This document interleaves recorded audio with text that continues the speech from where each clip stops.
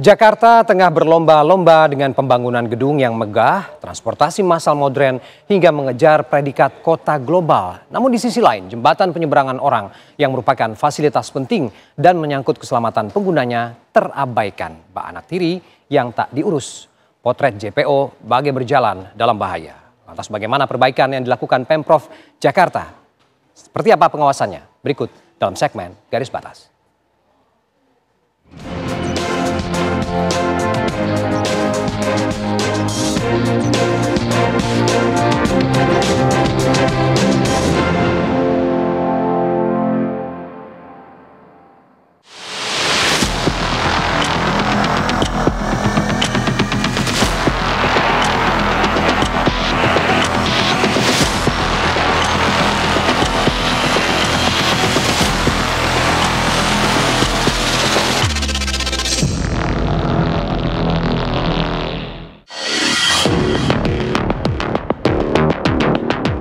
Di tengah euforia pembangunan gedung pencakar langit dan transportasi massal modern, tersorot tajam bahwa infrastruktur jembatan penyeberangan orang tak lagi berfungsi, bahkan menjadi jebakan yang menantang bahaya.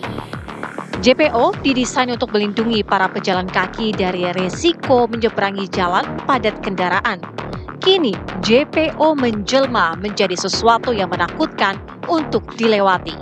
Bukankah pejalan kaki naik JPO untuk aman dan nyaman? Mengapa kini JPO justru memprihatinkan kondisinya? Apa yang terjadi? Sejumlah JPO di Jakarta justru berubah menjadi jebakan berbahaya akibat hilangnya komponen penting seperti besi pegangan dan pelat pijakan. Tim Garis Batas mengajak Anda melihat kondisi JPO yang rusak.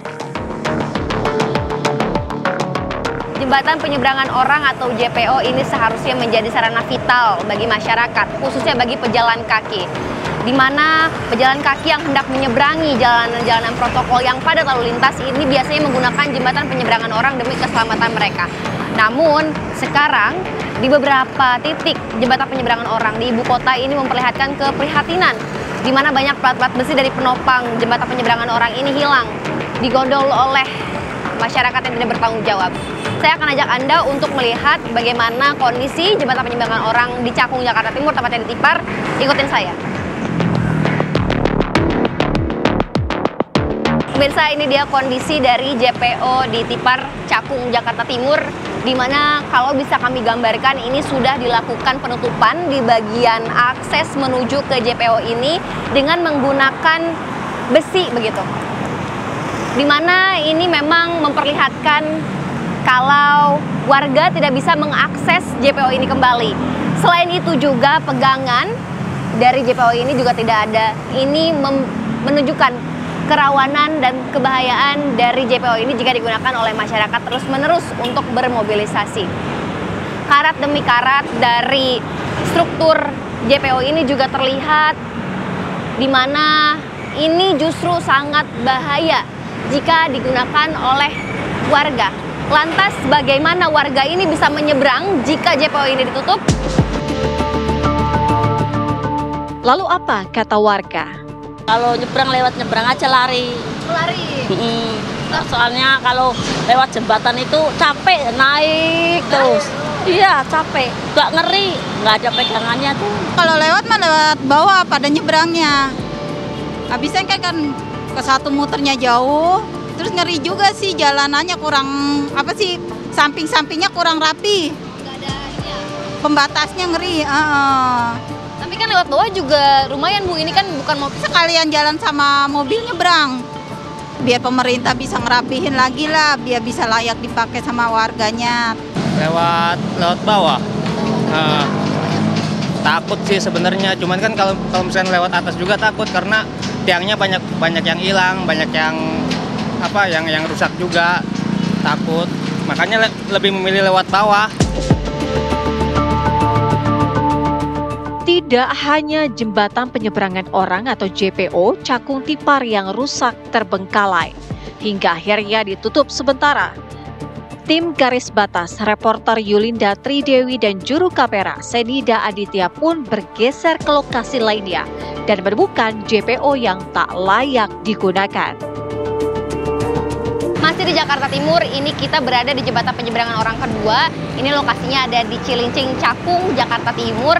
Di mana kalau misalnya kita bisa bandingkan, ini memang lebih parah dibandingkan dengan Tipar tadi. Di sini kita bisa lihat batas dari sign yang ditutup ini berada di tangga ke-10. Artinya memang jika kami bisa gambarkan pula, tidak ada batas pegangan yang biasanya ada di pinggir sisi sebelah kanan maupun kiri dari jembatan penyeberangan orang. Tadi juga kami sempat melihat ini beberapa warga menyeberangi jalanan protokol yang banyak sekali dilalui oleh tronton ataupun juga bis-bis besar, karena memang di sini merupakan akses jalan yang biasanya dilalui oleh mobil-mobil besar, tidak hanya mobil pribadi saja. Dan pas di jembatan ini pula, ini merupakan perempatan yang menghubungkan Bekasi dengan Jakarta Utara maupun Jakarta Timur.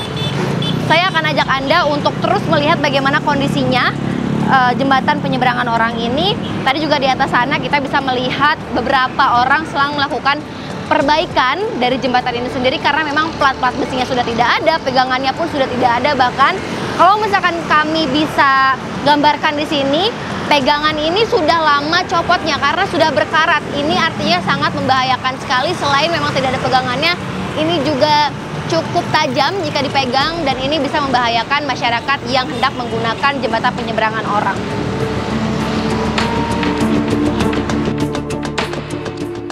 Gubernur Jakarta Prabowo Anung pun menyatakan akan menindak tegas pihak-pihak yang mempreteli fasilitas umum.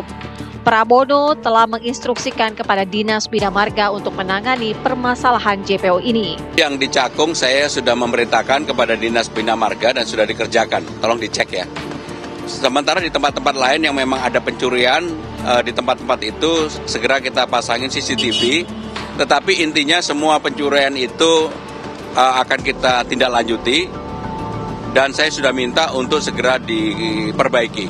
Karena apapun yang namanya JPO itu menjadi hal yang segera dan sangat dibutuhkan oleh warga. Terutama yang di Cakung saya sudah memonitor secara langsung. Sebenarnya ada berapa sih JPO yang rusak? Di DKI Jakarta cukup banyak memang, secara keseluruhan totalnya ada 306.